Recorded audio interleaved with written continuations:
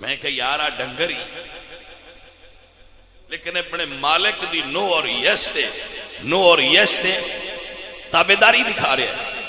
آپ نے دیکھا یا نہ ایسا؟ آپ نے کئی مرتبہ ایسا دیکھا ہوگا کہ کتا اپنے مالک دی یس اور نو تھے، یس اور نو کر رہے ہیں۔ وہ کیسا رب دا بندہ ہے جڑا آندا ہے میں اشرف المخلوقات ہاں، میں رب تے ایمان لے ہونا نا، لیکن جدو تیرا اللہ فرما رہا ہے کہ دن چڑھ گیا، رمضان آ گیا، نو جیڑا پھر کھاندا ہے میں انہوں کی آکھاں؟ وہ دے وچ تے اس ڈنگر نالوں بھی تھوڑا شعور ہے،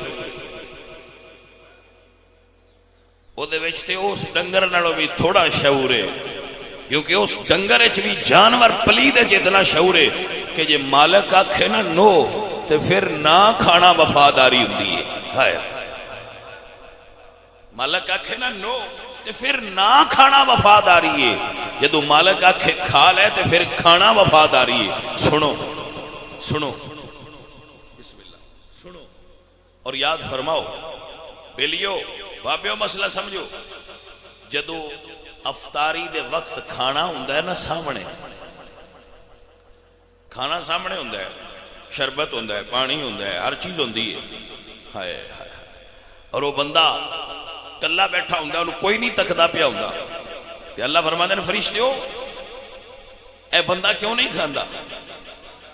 یا اللہ تیرے حکم دا انتظار کر رہے، ہائے ہائے ہائے، یا اللہ اس بندے نے کوئی دنیا دی طاقت نہیں روک سکتی، ایون کہ جبر نال تے اللہ بھی نہیں روکیا۔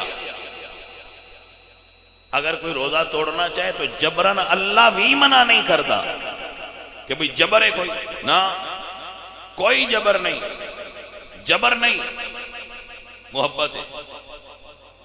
روزہ جبر نہیں، روزہ محبت ہے۔ ایک ہوں ہے نا جبرن کسی نے کہا نہیں جبر نہیں، اختیار ہے۔ جدو وہ بیٹھا ہوں ہے نا تو اختیار ہوندیا نہیں کھاندا، پیاس ہوندیا نہیں پیندا، بھوک ہوندیا نہیں کھاندا، تے مالک اس ویلے راضی ہو جائے کہ اے بندہ میری رضا دی خاطر سامنے نعمت رکھ کے بیٹھا ہے اور اڈیق دا پیا ہے کہ کدو مالک دا حکم آوے تے میں کھا لواں۔